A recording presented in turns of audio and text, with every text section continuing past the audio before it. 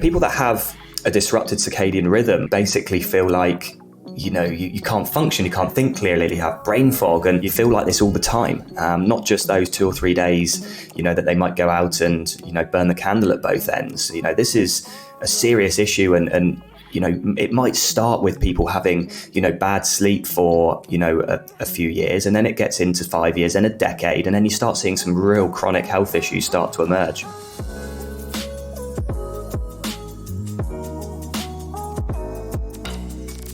That was Andy Mant.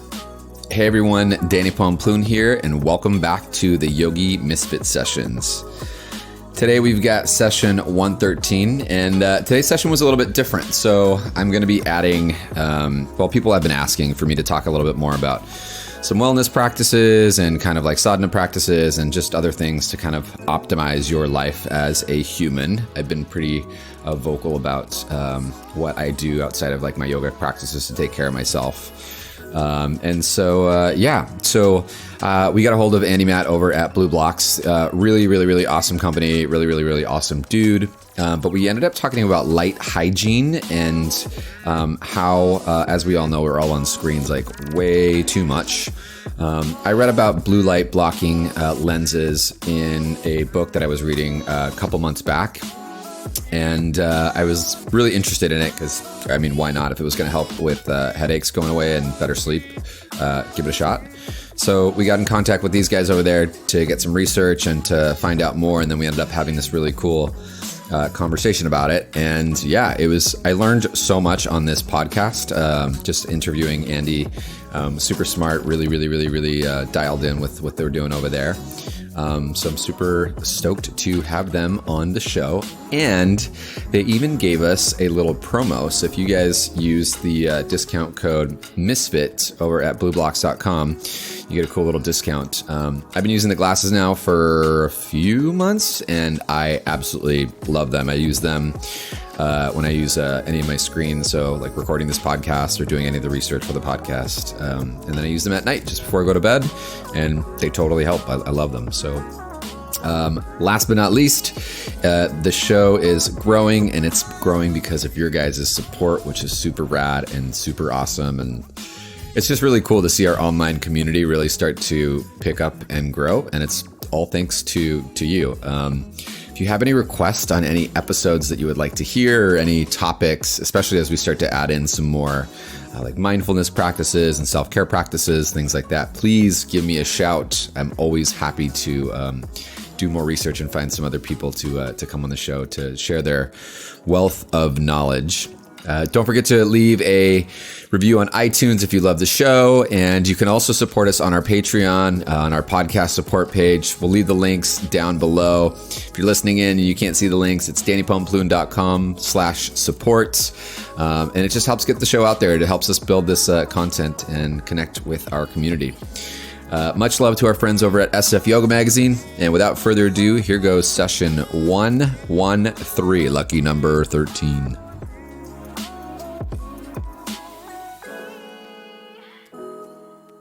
Hey, Andy, welcome to the show. How are you?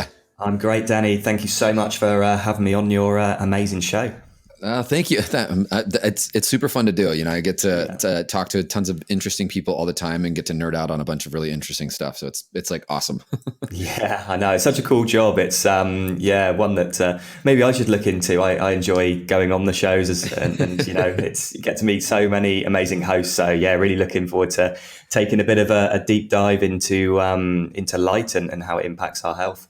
Yeah, I've been, as I was saying just before we started recording, I've been offering a lot more on the show. Like there's definitely a lot of content out there that we produce just about yoga and about yoga lifestyle and, how yoga saves people's lives. But, a big part of like my journey, even just in yoga, is, self-awareness. And that really brings me into like my patterns and my day-to-day and what I'm doing. And, one of the things that has come up for me is sleep. I am a terrible sleeper. I can, I tend to be one of those warriors with a laptop and the phone at all hours of, being an entrepreneur and running all the things. You're almost sometimes married to this stuff. But I was when I started digging into this, I had no idea that the light that we're looking at from our computers and our phones are literally messing with our heads. Yeah, absolutely. It's really it's sort of quite sad these days that most of the world's population have an issue sleeping, and we're in a world today where it's so difficult to unplug. It's so difficult to wind the brain down and get relaxed and get in the right sort of mood to sleep. But another big thing that's sort of led to the demise of sleep over the last sort of 20 years for a lot of people, especially in the US, Australia, UK, the Western countries, is the advent of LED artificial lighting. The reason that impacts sleep is that light is a really powerful entrainer of our circadian rhythms, and circadian rhythms are basically little body clocks that are in our body that basically tell the time. It tells your body when it's daytime, it tells your body when it's nighttime and to get ready for sleep. And from the result of that, it actually then releases or suppresses specific hormones. Now, what happens is during the day, when we are outside in the sun, that sends messages to our body clocks that it's daytime. Keep dopamine levels, sustained, keep serotonin levels topped up, and increase the release of cortisol, which is really good during the day to keep people alert and awake. But what we're doing is, we're coming home after sunset. We're switching on our house lights. We're watching TV. We're scrolling for our smartphone. We might be doing some work on our laptops or computers. And these devices are emitting, similar light to the sun, which is high in blue light, and it's basically tricking our brains into saying that it's daytime. So we don't need to release sleep hormones. We don't need to lower cortisol. So we get so wired and we can't actually get to sleep. This is then having a knock-on effect, because poor sleep is associated with a rise in all-cause disease and mortality. So, if you're not getting a good night's sleep, you might be having fatigue levels increase. You might be, having stress levels. You might be. It just makes you super irritable, and you're just grouchy, and literally the rest of your day is shot. Yeah, absolutely. It just wrecks you. Like, we've all had that one night where, maybe we've gone out to a friend's party and, we've had a few drinks, gone to bed a bit later, woken up the next day and felt, absolutely shattered. And when you get sort of a bit older and in your 30s, like I do, you do that once and you're written off for 2 or 3 days. And that's because it's completely, shunted your circadian mechanisms. And, you basically feel like, you can't function, you can't think clearly, you have brain fog. And, people that have a disrupted circadian rhythm feel like this all the time, not just those 2 or 3 days, that they might go out and, burn the candle at both ends. This is a serious issue. And it might start with people having, bad sleep for, a few years, and then it gets into 5 years and a decade. And then you start seeing some real chronic health issues start to emerge. Why do you think that not a lot of people are aware of all this, though? I know that there's a couple of other podcasts and certain wellness experts that I've started to follow in the last, few years, but I feel like no one talks about it. Like, it's not a thing and no one's really aware and present about it. Yeah, absolutely. And it's, it's been around for a while, but it's not been really in the public domain much. And to be fair, it's starting to emerge a little bit more now as people like myself are actually going out there and relaying the science on how this stuff actually works and affects people. We didn't have this problem, like our parents didn't have this problem because they used incandescent lighting, those sort of high energy using light bulbs that were phased out sort of in the early 90s, and they didn't really emit much blue light at all, so they didn't really have an impact on circadian rhythms. But since since energy efficiency came into fruition in the 90s, we're now exposed to even more blue light. So it's actually quite a relatively new thing. Like, when I was growing up, I got my first cell phone when I was about 16 years old, so probably about 19 years ago. So you can see that this problem really is one that started probably about 20 years ago when smartphones were invented, and we started to put this LED backlit technology into everything, and we started to intensify the LEDs and, high definition and things like that emitted just more powerful high lux blue light. And, like with diet, if you can follow a bad diet for 5 or 6 years, maybe put on a bit of weight, you probably won't get that many health issues. You probably feel a bit sluggish. But if you did that bad diet for say 10, 20 years, you're going to end up obese, maybe diabetes, heart disease, things like that. And the same's true with light. The way it impacts the human biological system is that you'll have probably no issues in your sort of early 20s. But if you continue to do these bad habits like exposing yourself to artificial light after dark and not, managing your light hygiene correctly, after sort of 5, 6, 10, 15, 20 years, you're really going to have, a life of chronic illness that you would have got if you were following a bad diet. So, this is why I like to speak about light as a component of health, because people can exercise, a lot. People can practice mindfulness, meditation, practice yoga, things like, stimulate the parasympathetic side of things. They can have an excellent diet. But if their sleep is not correct and their light hygiene is not correct, then what they're doing is really obsolete in my views. You can have great athletes that literally can't sleep and then get chronic neurodegenerative diseases and other sort of major issues as well, chronic fatigue and depression and anxiety. So health comes in pillars for me, and I believe that light is such a big one of those. But it's the same's true, Danny, with other things. You can have an excellent light hygiene, but if your diet and exercise is rubbish, then that's also going to be an issue. So I don't want to fall in that sort of zealot category where I say, don't worry about anything else. Light is the only fundamentally important, a big important thing. But the other pillars are also important. I didn't even know that I had light hygiene, and that was something that I had to look into, or that it was a part of it. But it totally makes sense, right? Your body, as I was getting ready for this show specifically, I wanted to dive into just the topic about it, and I didn't realize some of the best of the Harvard and Texas A&M have wrote studies on this for quite a while. It's like I was saying, I guess it is starting to get a little more public out there, but I think I've been doing this stuff for so long, and even the small things like taking your phone into bed with you, and you're being affected by that light. It's intense. It's rough.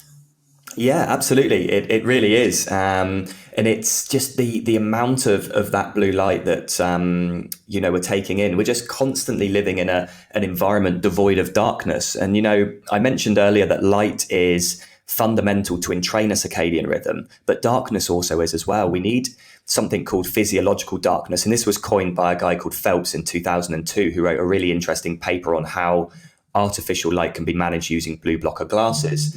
And physiological darkness basically can be defined as the absence of blue and most green light after sunset.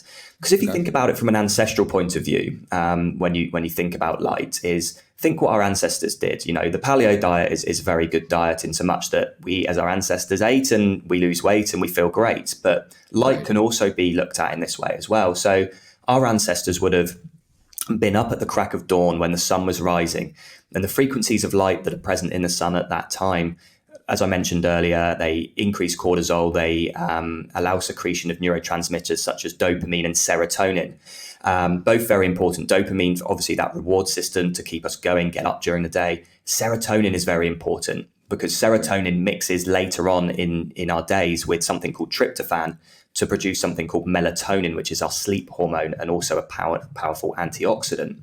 So what we do, actually, let me talk about it just from an ancestral point of view. And then they went out, they hunted, they went throughout their day, they were outside a lot. The frequencies of light from the sun changed throughout the day. And these would trigger messages in the body clock system in our body to tell us what the time was. Then they would still be out probably at sunset, which would be a lot of red colors and orange colors. And these colors of light are actually very restorative and very relaxing. So think of candlelight or a campfire, how you feel when you look at those. And that's what our ancestors would have seen at sunset. And then post sunset, they would have lit a campfire, and that gives out reds, oranges, and yellow lights. None of these impact our sleep. Studies have shown that these relax and allow melatonin to be secreted and allow us to reduce cortisol. And then we would go to sleep in pretty much, total darkness. There may be the moon and the stars out, depending on the time of, I guess, the rotation of the earth, etc. Or we'd sleep in caves or wherever we would have slept. Now let's think of this from a modern day perspective. So we get up in the morning, depending on the season, it might be after the sun has risen. It might be before the sun has risen. Now, what we initially typically do if we wake up when it's dark is we switch on a light, or we roll over and we look at our phone. And the frequencies of light present in our house lights, our iPhone or Samsung or whatever we're using, is exactly the same as the frequencies of light that are given out from the sun at midday. So when we're seeing that light first thing in the morning before the sun rises, we're starting our circadian rhythm ticking from midday. So we miss out on all that amazing hormone and neurotransmitter release that the sunrise would have given us. So we're not producing as enough serotonin, which is later used to produce melatonin that helps us sleep. We're not producing enough dopamine, so we're feeling down and maybe a little anxious, stressed or depressed. And we're constantly living under, during the day, a world of mini suns from our laptop, from our office lights, from our house lights. And these mini suns don't change their frequency of light. So we're perpetually living at solar noon at midday when, and our body and our circadian systems can't then move on. And then what do we do after sunset? We go home and we switch on our house lights. We watch TV, we scroll through our phones, still thinking our brain then still thinks it's midday. These messages pass through the eyes. The light is phototransducted, and then it's passed through something called the suprachiasmatic nucleus into our body clocks. So we're living in this perpetual daytime, this perpetual solar noon, and we can't produce melatonin, which is our sleep hormone and the antioxidant that goes through and scavenges free radicals, reduces inflammation, if we're exposing ourselves to blue and green light after dark. And because we're not getting outside as much anymore, and because we're not producing enough serotonin in the gut, we then don't produce as much melatonin, even if we're blocking blue and green light after dark. So it all comes down to not just one or two hacks. It's a whole lifestyle shift in watching that rising sun, not looking at your phone first thing in the morning, making sure the first light you see is the sunlight, getting outside for a sun break every now and again during the day, making sure that you're powering down your digital devices and TVs an hour before bed, and maybe reading under red light, wearing your blue light blocking glasses after sunset so you can watch your TV and use your smartphone and have your house lights on. And if you're not doing that, you're not going to get the same sleep that your ancestors would have got. And it's not about, another thing as well, is it's not about just duration of sleep. A lot of people go, well, I get 8 hours of sleep. Yeah, but what is the quality of your sleep like? If you're not getting the optimal secretion of melatonin, your sleep hormone, you're not going to get into a deep sleep for long periods. You're not going to get into rapid eye movement, REM sleep for long periods. And REM is that type of sleep that you need for memory consolidation and to protect your brain. Deep sleep is for autophagy and apoptosis, which is like repair of dead, dying, damaged cells, and also to reduce inflammation. And you can't get the level of sleep that you need in those two phases if you've got LED lights in your house after dark and you're not basically protecting yourselves from them by wearing blue light blocking glasses. Right. So let's talk more about blue light blocking glasses then, because I mean, as I'm sitting here listening to you speak, I'm trying to think of like, well, what are ways that I can now start to implement things in my day to day? Or, I mean, being an entrepreneur and running, like I said, all the things, like there are sometimes where my office hours are very different, and then I teach in the middle of the day. And so I have to get like laptop time in at night, and, you make it work as best as you can. But if it sounds like for me, I'm doing myself a really big disservice by doing that. How can I maintain that? Or how do I start to integrate, how do I sleep better? Yeah, absolutely. Like there's two. Help me, Andy, help me. and I will help you. I definitely will. Now there's two things you can do, right? Okay. So the first one is for me, it's unobtainable, and I never really talk about it unless, people are like the 0.0001% extreme, and that is just throw out all your digital devices. But we're realists here. We know that technology is amazing. It's allowing us to have this conversation now. We need it to run our businesses. Okay. So we know this. So there's a few hacks you can do to improve your light hygiene when you're, having to work after sunset or working during the day. The first one is like, let's talk about sort of if you have to, protecting yourself after dark, because that's when people, typically do some work or watch TV or go through their smartphone and it's wrecking their sleep. So let's tell people how to improve, and yourself obviously how to improve that. The way to do it is you need, as soon as that sun has finished setting, you need to devoid your eyes from seeing any blue and green light between 400 and 550 nanometers. Now, people don't need to worry about what that means. That basically means all blue light needs to be blocked and most of the green light needs to be blocked. And blue and green is predominantly the frequencies of light that are found in any LED backlit device, okay, and your house light. So your laptop, your smartphone, your TV, your fridge even, like your light in there is massively spiking in blue. Okay. Now, you've got to be careful because the reason I founded BLUblox, which is a blue light blocking glasses company, is all the other glasses out there that we tested. So we bought a load of probably about 20 pairs from Amazon, eBay, just cheap pairs that were called blue blockers. They had this like orange lens, and we tested them in our lab, and none of them actually blocked all of the light that was needed for optimal sleep. So save your money from buying cheap pairs and make sure you, whether it's from BLUblox or another company or wherever you may buy them from, make sure that the light blocked is 100% between 400 and 550 nanometers. Now, if the company you're buying from has built their glasses using the latest science, they will be able to show you lens reports. They'll be able to say, yeah, it blocks in that range. If they come back and have no idea what you're talking about or don't even reply or say, no, it doesn't block in that range, run for the hills. It's not going to help you. Might as well not bother wearing them. Right. So you need to wear glasses that block in that range. And they're like a really deep amber, almost red tint that they have to them. And you put these on once you're home, once those lights start going on, and you wear them for maybe about 2 or 3 hours before you want to go to sleep. And almost 99% of people that wear these glasses, we call them Sleep Plus glasses at BLUblox. And almost 99% of people that wear them say that they are literally needing to go to sleep after about 3 hours of wearing these glasses. No matter what they're doing, they don't change any habits. They just put these glasses on after the sun sets, and they are literally out like a light. And people are reporting sort of better dreams, which means you're having more REM sleep, and just waking up feeling like they've got tons more energy, which means they're having better, deep, restorative sleep.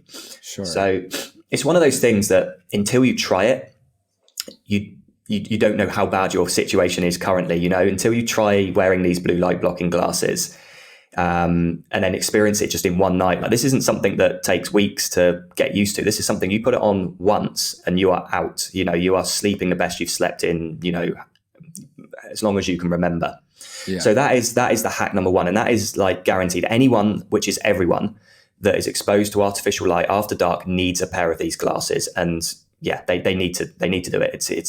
It's unbelievable. The amount of feedback. I mean, if people jump on our website, on our homepage at the bottom, we've got hundreds of 5-star reviews of people that are just like, wow, these are game changing. So definitely check those out as well, because like there's different situations there. And those are you said the Sleep Plus. Sleep Plus, yeah. So they're the ones that you would wear after sunset for 2 or 3 hours. They're the ones that are like the red type lens. And we've got about 20 different pairs to choose from as well. So they're fashionable. So this is something that we do every night then. We put these bad boys on, and this is going to help us get into that deeper REM state.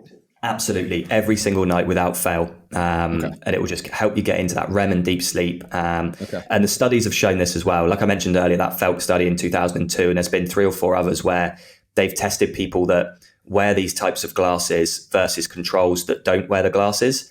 And 100% of the time, people that wear blue light blocking glasses after dark experience more deep and REM sleep, better cognition, more mental clarity, and more energy the next morning. So this is clinical reviews, clinical study tested and peer review study, verified stuff. This isn't just sort of woo that we're talking about now. Right. It's not a fad. It's a thing. Absolutely. It's a major thing. And yeah, it's going to change a lot of lives. And it already is, which is fantastic. Now there's a couple of other hacks that I would recommend as well that don't involve the glasses. There is a good hack that I always recommend and a lot of people do, which is salt lamps. Okay, so we've all heard of salt lamps. We typically use them because of the ions they emit and the cleansing that they do. But they also don't emit any blue or green light. So they're great to have in your house after dark. So if people have got a salt lamp, I typically say pop it next to your TV because the TV is emitting a lot of blue and green light, and you can balance that light with the reds and the pinks and the orange lights. So maybe get a salt lamp or some candles next to your TV. That helps as well. It's not obviously 100% solution, but it adds, another 5% to getting to optimal. So highly recommend that. We in our house, we're quite extreme. We actually have a few of our lamps in our house as red light bulbs. So we just, we have our, we're about to release red light bulbs at BLUblox in the next couple of months. But, in the interim, if people wanted to try out red light bulbs, just go and grab, ones from your local hardware store and put them in a couple of lamps, and maybe not have any of your usual lights on after dark. Maybe just put the red light on after dark. Your house might look a bit like a brothel, but if you can get over that, then you're going to have great health. So as long as the neighbours don't mind and you don't have people knocking at your door, you will be okay. So that's really good. Who knows? Maybe you just did someone a favor. Yeah, exactly. There you go.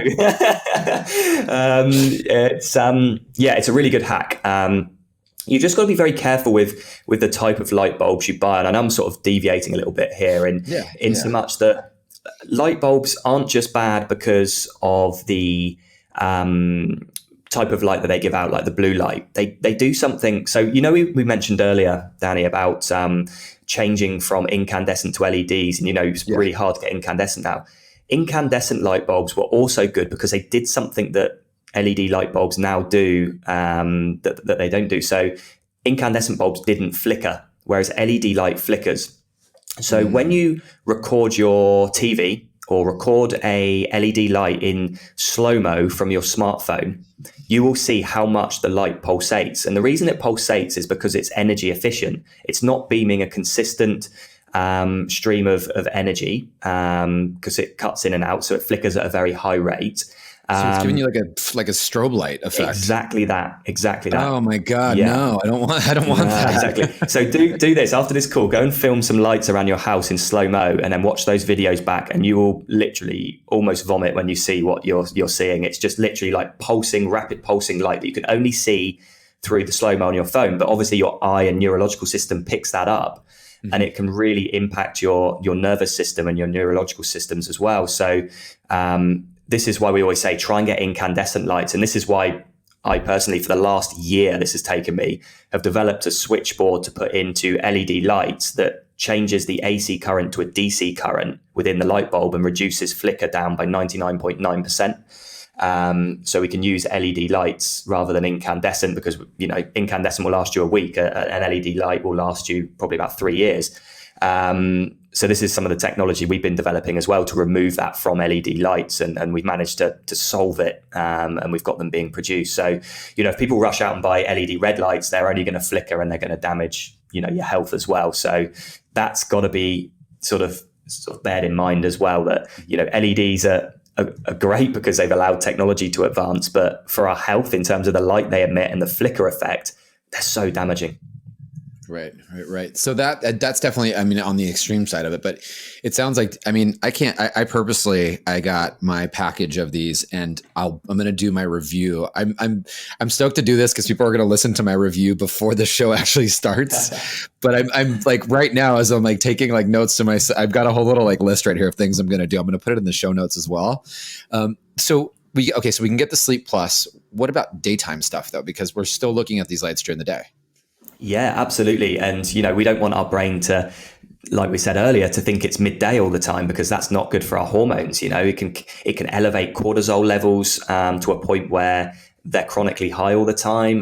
We might not produce enough serotonin, which is really bad, and also less dopamine, which, makes us feel low. So, we've got to bear in mind that, light can impact our hormones substantially. And I've done a few talks as well, and we don't have to take a deep dive into it in this because it might not be relevant, but how artificial light can actually really impact fertility as well. Like too much of it during the day and not enough light management after dark can cause infertility, affect pregnancy rates and testosterone levels. So, there's so many things that light impacts when it comes to hormones and neurotransmitters. But going back to the original question, during the day, we need to do two things, okay?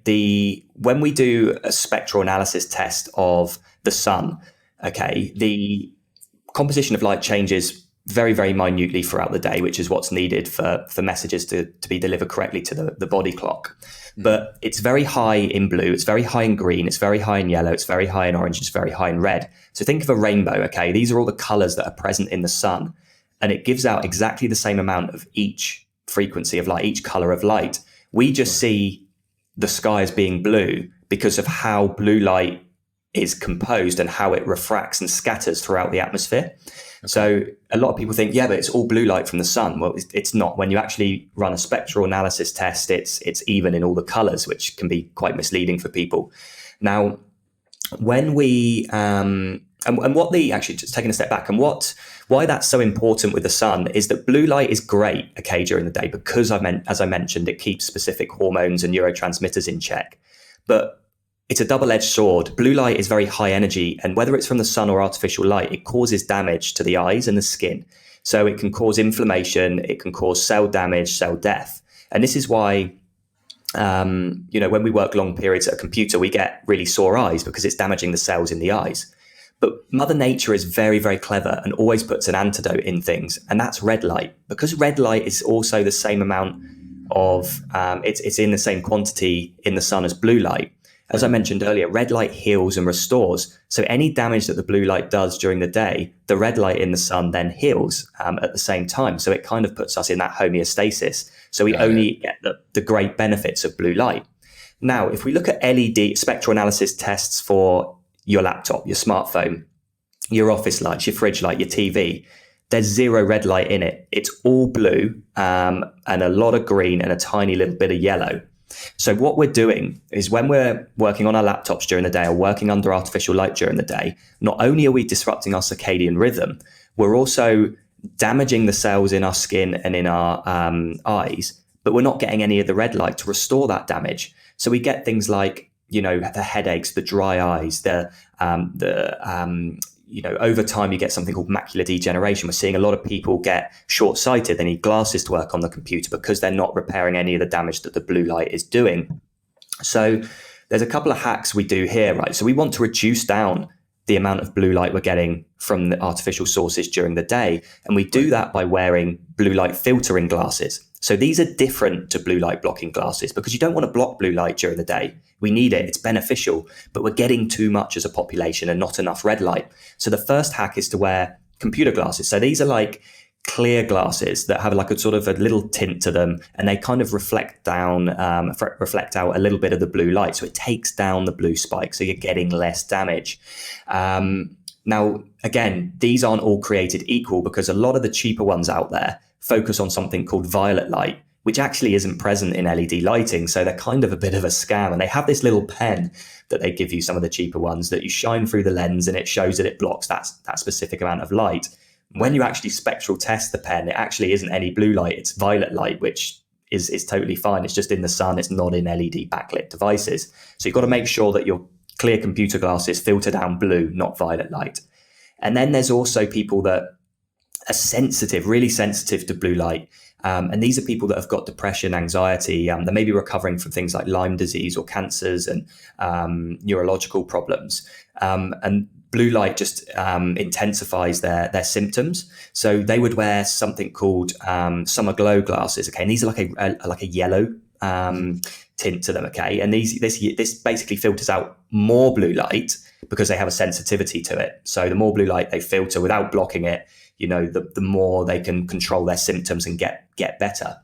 Now, that really helps half of the situation. So we've reduced down that blue spike. We're not getting as much damage, but we're still getting damage, okay, because we're looking at blue light. So what we need to do is we need to do two things here. We need to balance the blue light. So we need to have maybe a salt lamp next to our computers during the day. So we've got some red in there as well as the blue. We need to get outside and get regular sun breaks without wearing your sunglasses, just for 2 or 3 minutes. Smokers go out in offices, to have a smoke break. You're just going out for a sun break, just to walk around the block. Maybe just stand outside for 5 minutes, just with the sun coming in through your eyes, and then go back into work. And then that allows some restorative red to come into your eyes and your body to restore that damage. There's also a couple of hacks you can do for free. So with your computer screen, you can download a bit of software called Iris. Okay, it's Iris Tech. It was produced by a Bulgarian guy, and he's created it for laptops and monitors, where you can download it and actually reduce a lot of the blue light down from your monitor screen. And these are free apps. Okay, and there's another one called f.lux, which does the same thing. You can reduce down the blue light, which is great. You don't want to take it down to zero blue light, but you can reduce that down in your computer. But you've got to bear in mind that blue light doesn't just come from your computer. There's office lighting, which you can't get an app for office lighting, and that's still giving out blue light. So the glasses are also needed as well, but you can also minimize, I guess, the amount of blue light you're getting in your environment by putting that free app on. Now, a lot of people also put night shift mode onto their smartphones. So this is really clever. So Apple have done this, and it's also in Samsung, where you can actually go into your settings and reduce down the amount of blue light that your phone's giving out. Now, the setting on that, I just permanently have set to night shift mode, okay? And I use that during the day because I don't want any blue light coming from my phone because I get enough blue light from the sun.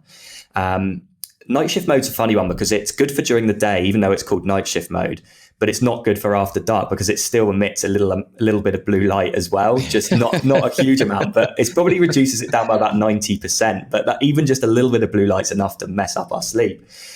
So I have a hack, and I can email you this, that turns my phone screen completely red in the evenings. So I have zero any other color bar red in my in my phone. And you know, the reason I do that is because some of the evidence that I've seen out there is that the way people hold their phone is it's held very close to the thyroid. And when you look at light's impact on organs and the skin, it is actually quite potent in so much that it can disrupt clock systems within your thyroid and impact the amount of hormones that are secreted by your thyroid. And when you actually look, and again, correlation never, you know, or cannot in some cases equal causation. But when you look at the rise in things like hyperthyroidism and Hashimoto's, it's coincided with the advent and technological advancement of LED lighting. So I typically, when I'm using my smartphone, always ensure that night shift mode is on during the day and it's on red at night, because when I'm like scrolling through my phone and that light is shining on my thyroid and face, it's causing all sorts of like hormonal disruption. And it's quite pertinent to say as well that, you know, we're talking about the eyes quite a lot, but the skin has an opsin in it called melanopsin. And opsins basically, until about 18 months ago, science believed that they were only present in the eye. So you had something called rhodopsin, you have something called melanopsin, and they sense different frequencies of light and still send messages to the brain and the body clock to tell you what time of day it is. And science thought it was just in the eye. And then 18 months ago, they discovered melanopsin, which is a blue light photoreceptor, was present in the skin. So we could be wearing blue light blocking glasses after dark, but if we are exposing our skin to that light, you are also damaging your skin, but also sending messages to your brain that it's daytime as well. So you have to cover the skin up after dark as well, which a lot of people don't know about because it was released 18 months ago in a study, and they typically take 15 years to get into the mainstream when a study's released. Wow. Man, I can't wait to, I mean, just as I like, you know, like I really would love to get better night's sleep. And it's, you know, as much as I've tried, I, for many years, I've done everything. I mean, I was on prescription pills to get better sleep. And, you know, if it sounds, there's not one reason why I wouldn't want to try it just to try it. Yeah, absolutely. You know what I mean? Yeah. It's quite good that you've mentioned sort of the medication side, because a lot of people just say, well, I just take melatonin supplements and I'm fine. And I always say, be careful with supplementing on a hormone. I don't think it's wise to do for two reasons. The first one is that, as I mentioned earlier, melatonin is created in the body, right, through the mixing of serotonin and tryptophan. Mm-hmm. But that can only happen correctly in the body in the absence of blue and green light. So if you're sitting watching your telly or scrolling through your smartphone after dark, pop in melatonin supplements, that's not the right environment ancestrally. And from a physiological standpoint, for your body to actually accept that hormone, it can't produce it in the absence of, it can't produce it with blue and green light present, and people are taking it in the presence of this light, and that's going to wreck you, you know, down the line. And, you know, we see many things like, especially with diabetes, and things like how, I guess, insulin resistance happens, where, you know, I guess the theory is that we, you know, produce insulin because in response to eating specific carbohydrates. And then as time goes on, the body produces more and more and more until we become resistant to it. Imagine becoming resistant to something called melatonin, which is obviously the sleep hormone. And then you can't actually physically get to sleep and you develop something called insomnia. I wouldn't be messing around with supplementation when, if you get your light environment right, you can actually produce as much melatonin as your body wants very, very quickly. Like, you can pretty much sync this within 24 hours of doing correct light hygiene and then practicing it every single day for the rest of your life. And that sort of leads me on to say that when you're supplementing on a hormone, how do you know how much your specific body should create of that hormone? What happens if you take too much of that hormone? What happens if you take too little? And there have been some studies, and this is not to scaremonger anyone, and I will caveat them that they're in this study in particular was done in our furry little cousins, the mouse, in so much that they gave mice melatonin supplements, and they found that over time it thinned the retina. I'm not saying that's going to happen in humans. I'm just saying it's interesting because, a lot of studies start out on flies, then they go to mice, then they go into humans. So you've got to bear these things in mind. And I think that for me, and I would imagine for a lot of your amazing community that are listening to this, that, they want to look at nature and natural ways to, improve health as a starting point and avoid, visiting, big pharma to get medication where's needed. So, I'm saying that in pretty much every single case, managing your light hygiene will only positively impact your sleep very quickly, and also your health and well-being.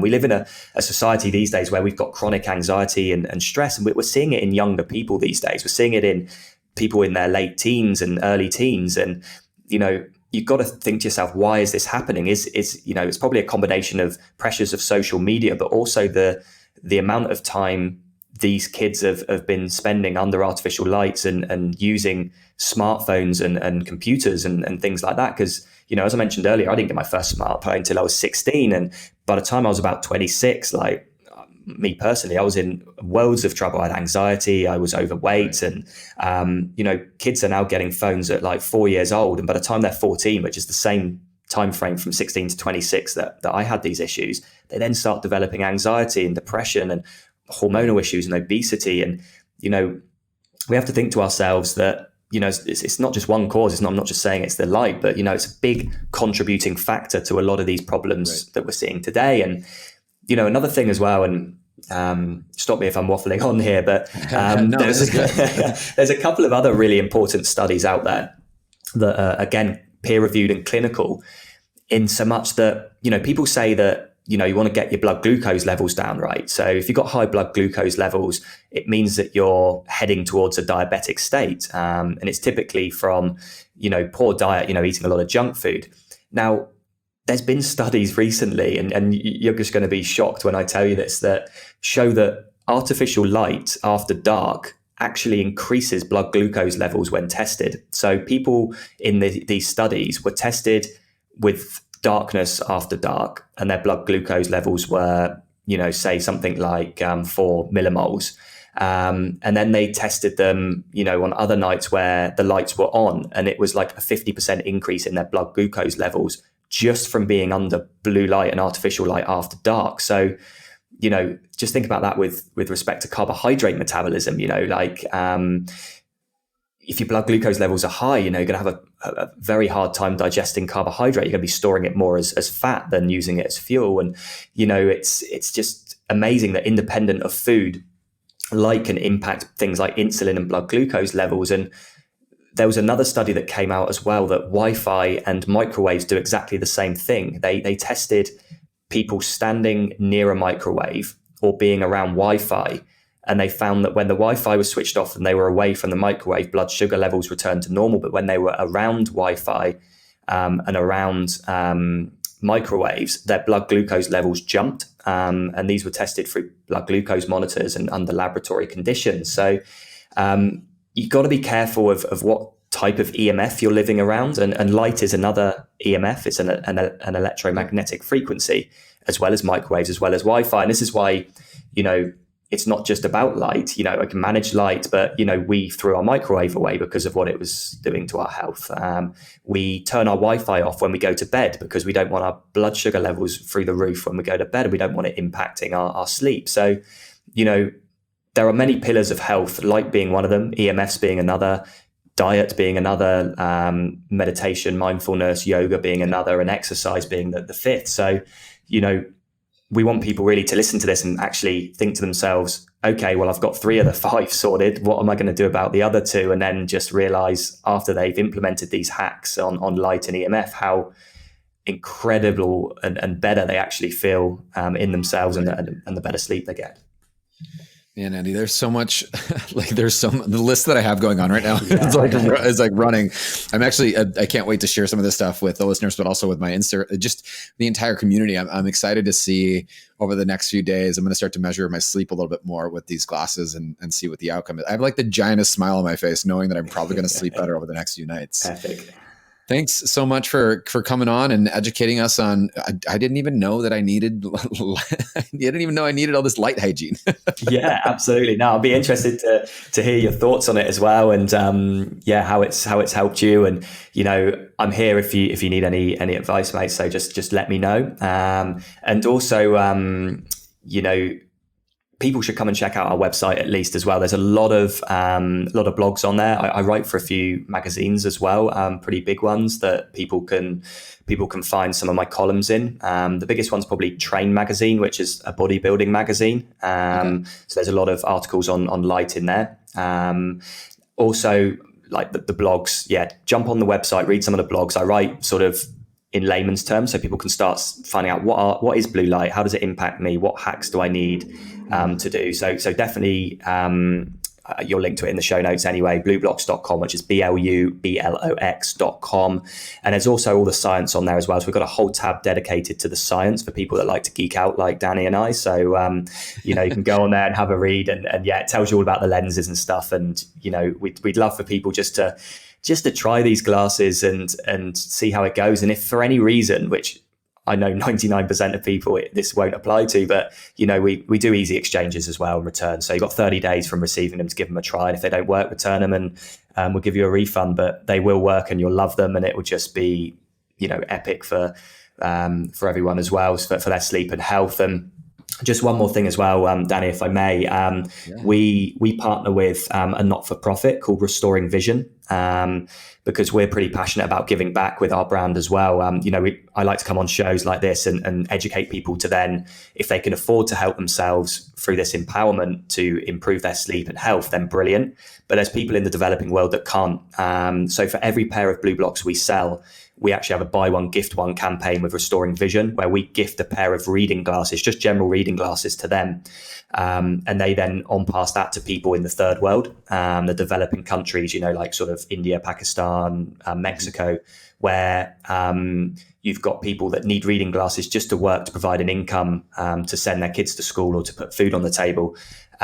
So this is really dear to our heart, and we've been working with them for about 2 years and supplying, thousands and thousands of reading glasses to them to give to people in the developing world. So, people, by helping themselves, through the empowerment of buying a pair of BLUblox glasses for themselves, are actually then allowing somebody in the developing world to actually work and provide for their family as well.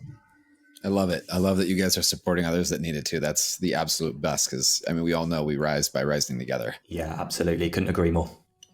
Thanks, Andy, so much for coming on the show. I really, really, really so appreciate this, and I can't wait to share my journey with your glasses and better sleep. Until the next Yogi Misfit session, this is Danny and Andy saying peace out.